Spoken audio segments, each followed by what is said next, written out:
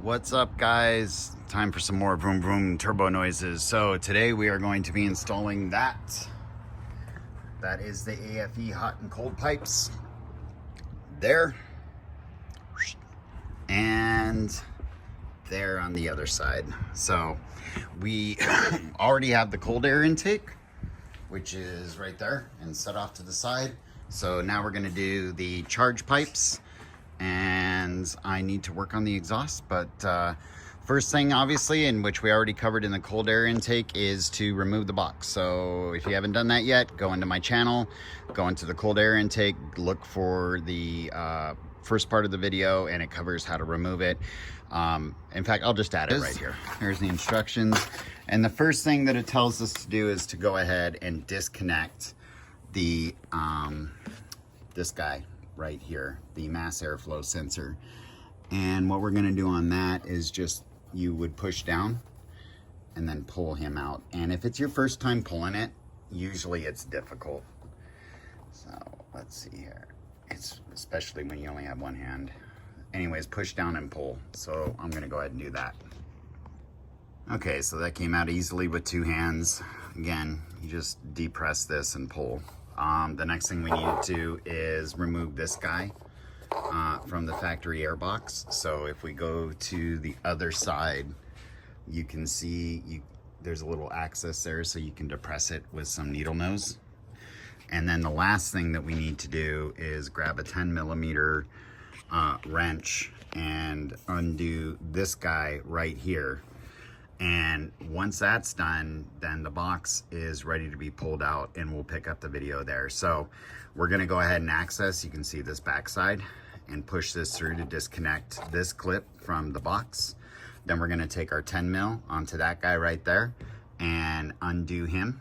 And then we'll pick up the video and pull the airbox completely, huh? All right, guys, so we got this one loosened. There he is. So we put him off to the side. That's your mass airflow sensor connector. And then we got this guy down here loosened. So, and loosened enough that the collar can slide around. So I backed it off quite a bit. So the next thing we need to do now is to remove all of this. So grab the pipe and lift up. Again, this is one of those two-hand moments. So we're gonna grab with two hands and pry that out. Now, the next thing to keep in mind, this guy is secured by grommets, which are those little dudes there and there.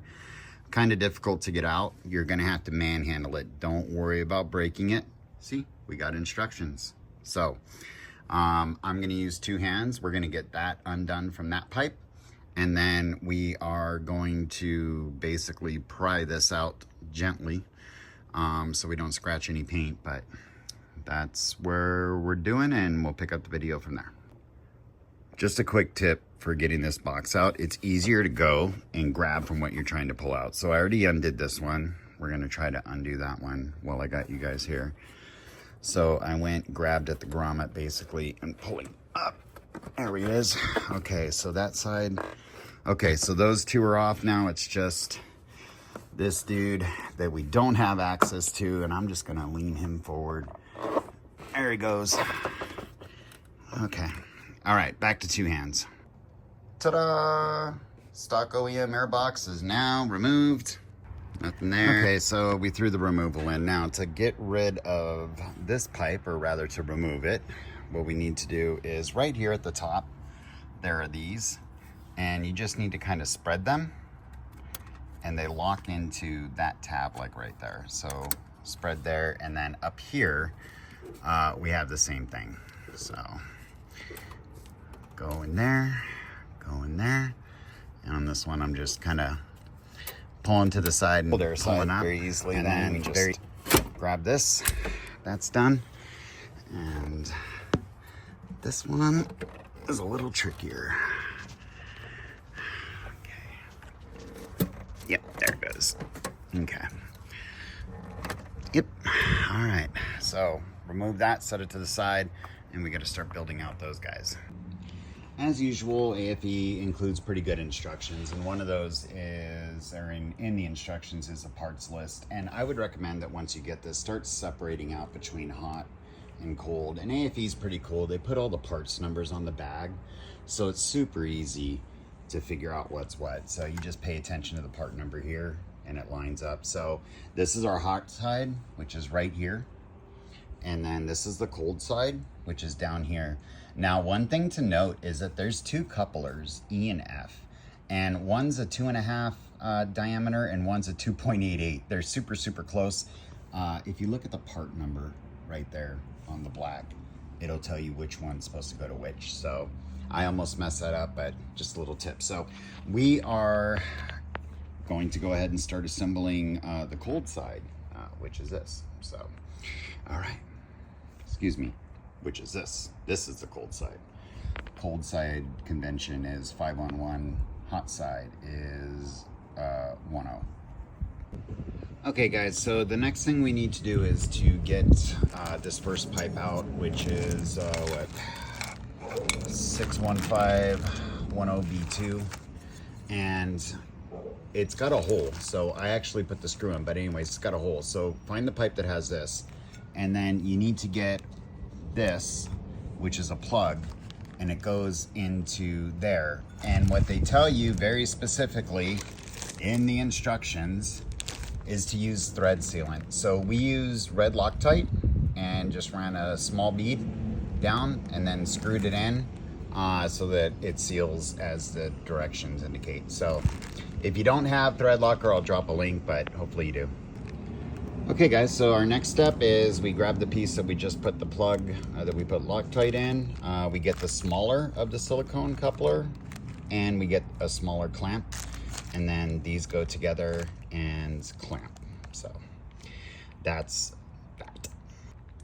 All right guys, so just in case there's a little confusion, so on these, what you do is you push this metal aluminum part in all the way until the little bulge, which is, you can see right there, is actually in this area. So you can see, I mean, it ain't going nowhere. And then you put the clamp on the outside and tighten it down. And that way where they connect in this has a little bit of flexibility. So push it all the way in until the lip gets into this, and then tighten down. And then grab your next part, the 511B1, and put it in the other side right there. Again, using the clamp. Pipes are assembled. Now we need to go back to this guy. So there's the thread locker we put that in the plug there. We need to actually reuse these. These go there. So in order to do that, it's super simple. All you need is really a screwdriver, and then you're just gonna pry this tab up, or needle nose on the other side. There we go. Okay. Oops.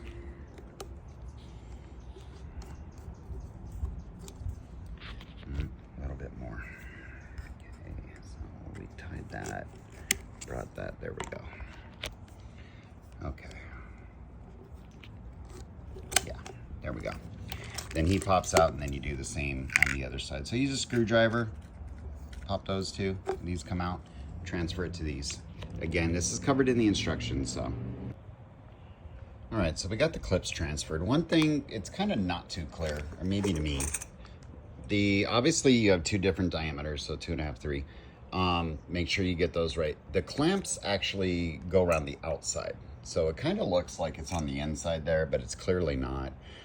It's on the outside and they just slip right in. So if you line up the OEM one and take a look at it and then remove and put it in, it goes just fine. So yay. And do the same with this one, obviously.